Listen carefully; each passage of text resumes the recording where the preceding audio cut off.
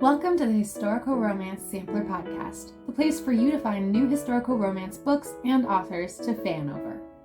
I'm award-winning historical romance author Katherine Grant, and each week I'm inviting fellow authors to come on and share a little bit of their work and themselves. They'll read a sample of one of their books, and then I'm going to ask them a bunch of questions. By the end of the episode, you'll have a sense of what they write and who they are. Hopefully, you and I both will have something new to read. So what are we waiting for? Let's get into this week's episode.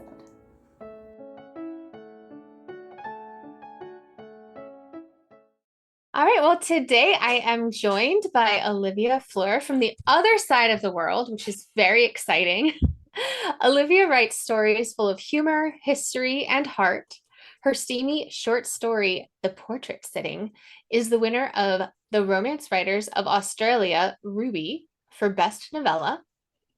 Alivia lives on a farm a long way from anywhere interesting with her husband, 4 dogs, and a charismatic chicken named Persephone. Alivia, I'm so glad to have you on the podcast. Thank you so much for having me.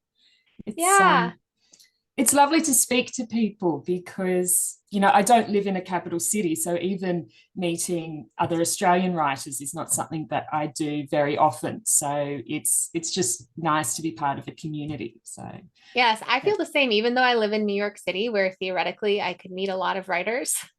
I feel that it's actually very hard to do. So I'm glad we're able to talk today. Yes. So what are you reading for us? I'm going to be reading from this one, it's called A Song and a Snowflake. And I've picked this because the main male character in here is an Australian. So his name is Sinclair. He's from Melbourne, and he's travelled to London because he wants to make his name as a cordial maker and to set up a tavern and step out on his own. So I wanted to sort of do something that was very much me, and that he's from down under as well. So yes. Awesome. So in this section, he's met Charlize, who lives on Honeysuckle Street, and they run into each other on the street again after an initial meeting. And he's wanting to find his great-grandparents who are buried in Kensal Green, which is one of the cemeteries on the edge of London. And he doesn't know how to get there. So Charlize and her sister Elise are going to have shown him the way so that he can find them. So awesome. Sounds great. The small field of green grass and stone slabs, which had once been at the edge of the bustling expanse of London, lay tucked behind a tall white arch. Progress nibbled at its edges, but inside Kensal Green Cemetery, the congestion and noise of the city seemed to have been banished. The black fingers of branches stretched across the grey sky, and beneath their feet, the matted brown and decomposing autumn leaves muffled each step. Angels, oak leaves, sphinxes, Grecian urns, simple columns. The sculptures of the dead jarred, not because they were alien, but because they were so similar to the graves that surrounded his grandmother where she was buried at Melbourne General Cemetery. "What name?" Elise called, her voice echoing into the crisp silence. "Brown," Sinclair replied. Elise turned, hand on hips. "What other name? A Christian name?" "Mary." Sinclair tapped at the tobacco tin secreted in his coat pocket. "Same as my grandma's name, and my mother." Elise ran off again. Beside him, Charlize slowed to his pace. Occasionally, the rhythm of their walk caused them to nudge one another, and each brush of her body against his sent a shimmer through him. If the world were a page, she was a poem imprinted. No, not a poem, a song. She moved like notes lived in her, and as he fell into step, he could feel the beat. Step, step, step. While his heart thudded louder and in its own silent tune, ba-boom, ba-bing, dappled shadows danced over her gown, and thin fingers of mottled grey and light snaked through her hair. "My sister was meant to be named Mary to keep the tradition going," he said, knowing he was veering into babbling, but unable to stop. "But my brother Richard kept calling her Scary Mary because she cried so much. When my dad went to register her birth, he stopped to celebrate on the way, and when he came home, it turned out he'd registered her as Sarah by mistake. He buried his hands in his coat pockets, regretted his lack of gloves, and studied the dates on the headstones as they passed, then stole a glance, his cheeks warming as they both slung a look at one another in the same instance, only to look away, embarrassed. I liked your wailing, he blurted out, then winced. I mean, your wassailing. Last night, before that daft man's horse got loose, I was mesmerized. Her lips broke into a shy smile. No one says wassailing anymore. We're just carolers. It's my aunt's ensemble. She's very passionate about music and singing. She was in a choir with my mother. It's how her and my father met. Love at first lyric, he asked, his skin tingling at the thought. Not quite, she quipped back, but in time, yes, he adored her. I could adore you, Sinclair thought, his gaze trailing the naked grace of her nape, inching to the tickle of fur at her coat collar, at least twice a night. He coughed and rubbed his knuckles over his forehead. The more he tried to act like a well-mannered gent, the bigger of an oaf he seemed intent on becoming. Over here, Elise called from a few rows over, and Sinclair followed her voice. Mary Brown, 1835. Philip Brown, 1837. Parents of Mary. Gone but not forgotten. Is it them? Does it really say that? He asked. Come see, Elise replied. Gone but not forgotten. His mother had chosen the same line for his grandmother, complete with an English rose carved into the top of the headstone, almost identical to the design that stared back at him in this freezing English yard so very far from home. My grandmother was a convict, the words scratched out of him, as harsh as their history. She couldn't write, so she had the priest help her send letters home, but the only reply she ever got back was from the vicar, telling her they died and been buried here. She thought they'd forsaken her, but maybe, reading that stone, they didn't.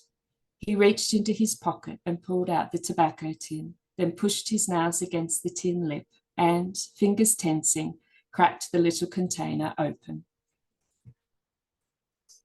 What beautiful hands he had, not soft or lithe from doing nothing more vexatious than holding a pen or a hand of cards, but firm hands built from work.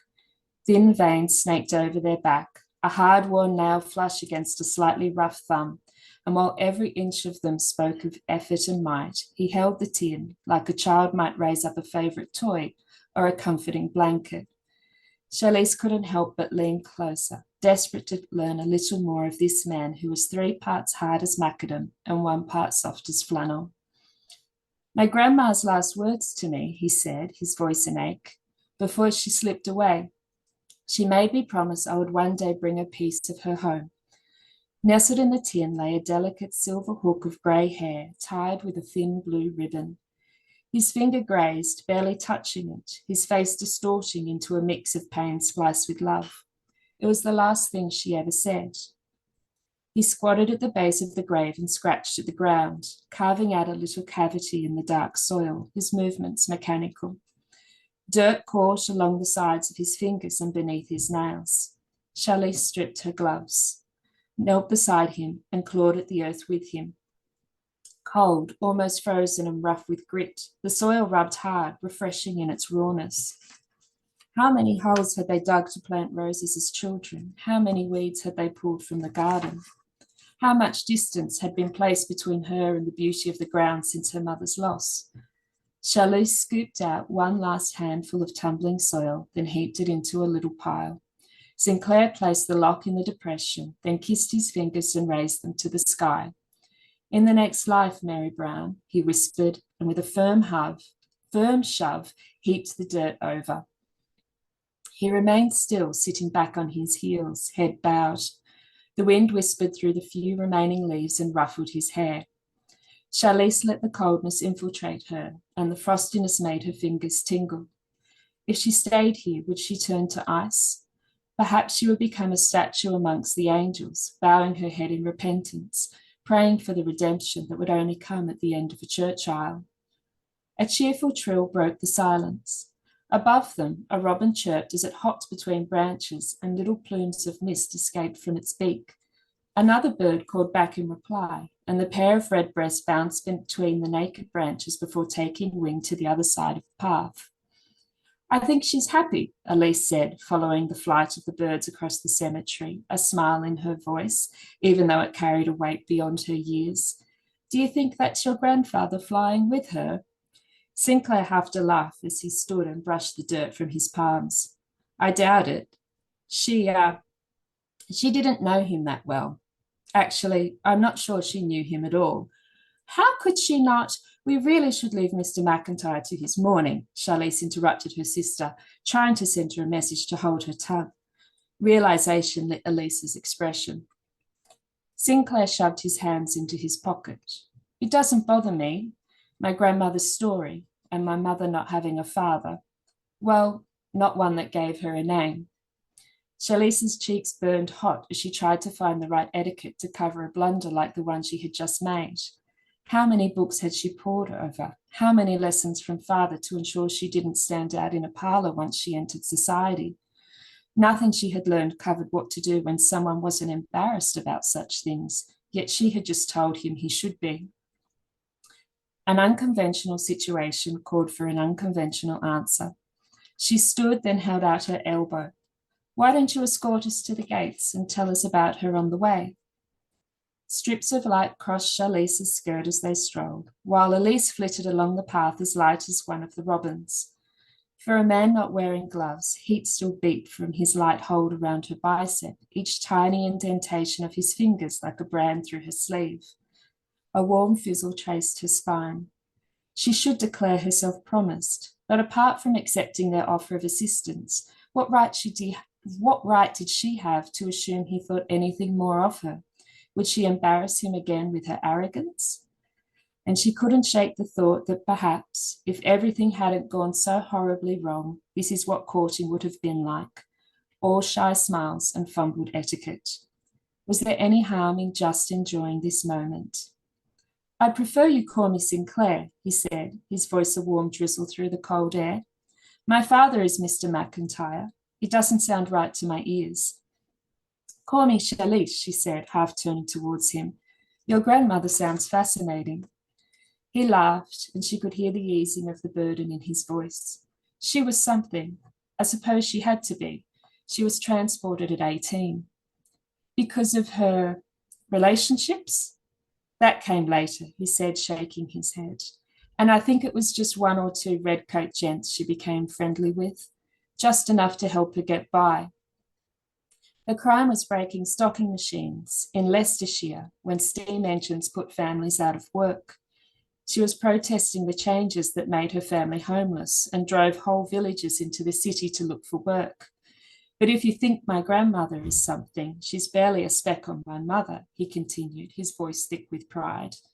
She was 16 when she married my father, and only a few years older than the boys she was to become a mother to. And they gave her a time, but she stuck with it. And now they're like a bunch of kittens around her, meek as you please. Was your father transported too? She asked, her curiosity edging out all thoughts of proper conversation. No, although he may well have been for all the choice he and his first wife had. The laird had the whole village cleared out and paid everyone's passage to the other side of the world. A new start, he said, even though they'd never wanted to go. So the illustrious heritage of Sinclair McIntyre includes a rebellious convict grandmother from Leicestershire, an illegitimate mother, and a Scottish father turned out in the clearances. She tapped off each point as she spoke. It was a mismatch of composite parts, every single piece at odds with what was considered respectable and desirous to men like her father and the Baron. Yet she'd never felt more comfortable in another's company. And you sound like any gent I've met in a ballroom. My mother insisted Sarah and I be educated, not at home like the boys. His rounded accent, formal English tinted with the old clipped word, settled into the confession. We're quite the conversation at home. My mother sounding as rough as any street urchin, and my father and brother's brogues as thick as if they'd just walk out of the Highlands, and Sarah and I like a proper pair of toffs, even though she spends her days bottling and boiling in the kitchen, and I spend mine in the warehouse dodging horses. Wow, what an interesting scene. I love that there's such tender romance going on in a cemetery.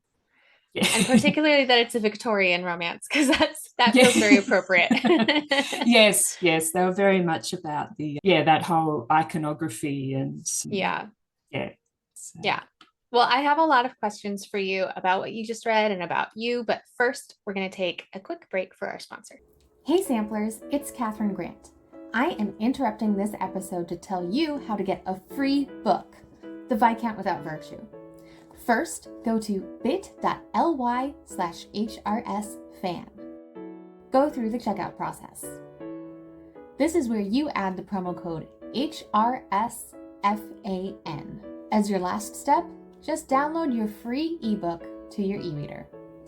All right, well, let's get back to this week's episode. So we are back with award-winning author Alivia Fleur, who just read a sample from A Song and a Snowflake, which, am I correct that is available for people to read from your newsletter? Yes, that one is free with newsletter sign up. So, yeah. So everyone can just go grab that right now and keep reading and find out what happens. So there were a few things that stuck out to me from that passage. One, obviously it's set in a cemetery, but there was also this very strong emotional tie to generations past, even this great grandmother that Sinclair himself hadn't met. And I picked up that the sisters also had some grief going on. So I'm curious, did you know setting out that you wanted to write a story that was about grief of losing loved ones and also the grief of, the experience of being forced out of your home? Or did that just kind of come up naturally?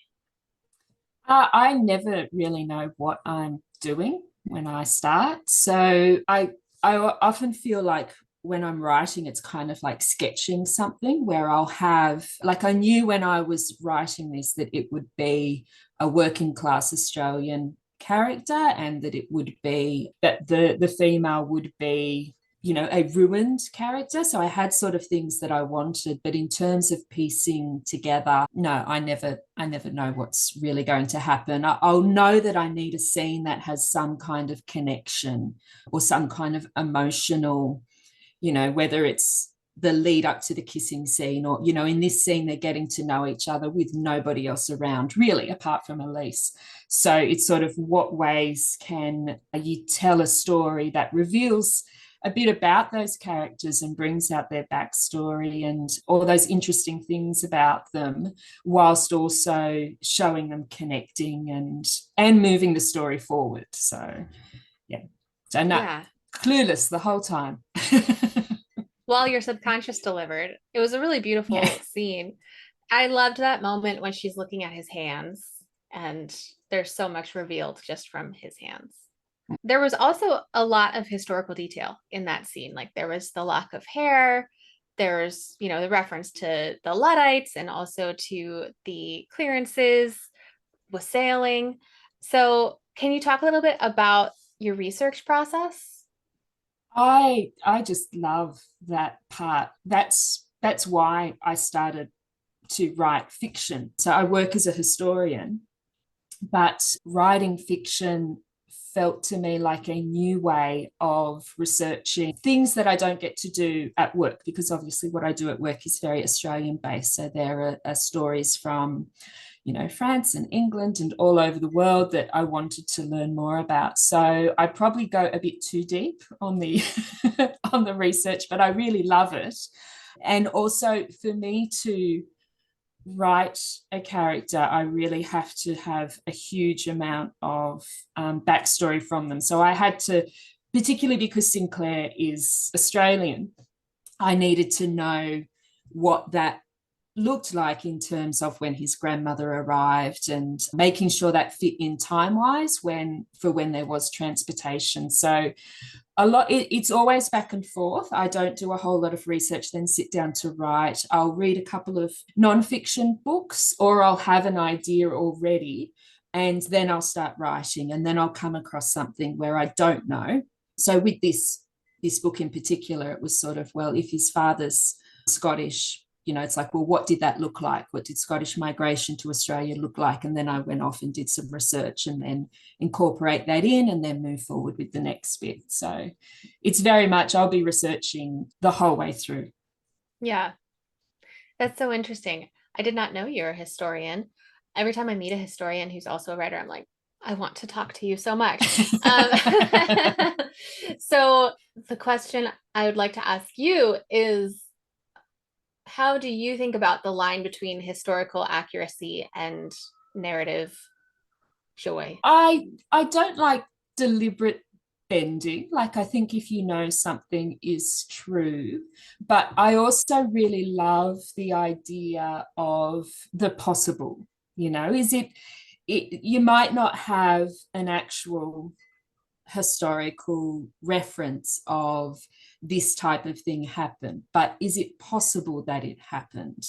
Did the rules of society and life and all those things allow for that at the time? So I kind of like that, and pushing that. I mean, that's the whole fun of historical romance, is that you take all those rules and restrictions on people's lives and you do push them and see how love conquers all. So that's sort of where I sit. I couldn't put something in that I knew to be completely inaccurate. In A Beginner's Guide to Scandal, I had to completely change the timeline to make it line up with the invention of postcards, which is like that. It's like that much of the book, but it's like, maybe no one will know. It's like, no, just gotta do it. I couldn't not. So that's kind of how it sort of works for me. Where, because I read that book, so like he's carrying around this postcard and it's like evidence of his love, right? So I get why you needed to do that.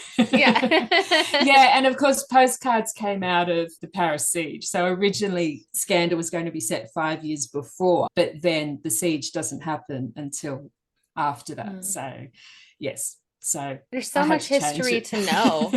So another thing that stood out, I know you wrote Sinclair as an Australian hero, and in this scene, at least, we were exploring a lot of the kind of generational trauma of the various ancestors being forced out of Great Britain and into Australia in different ways, and then what that life was like.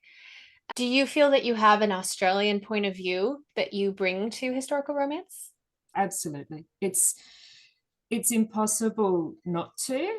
Definitely in terms of class consciousness, and it's a very complicated relationship that historically Australia has with Britain, in sort of the closeness and this antagonism the whole way through.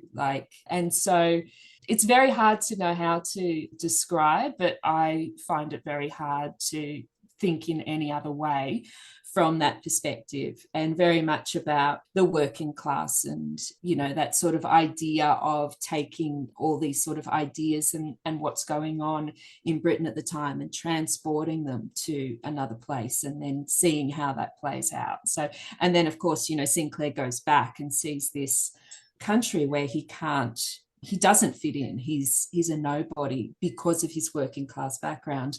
Whereas in Melbourne, the family is quite well off because of the gold rushes. They've made a lot of money from selling booze and cordials. So that whole contrast between what is happening between the two countries, I find really interesting.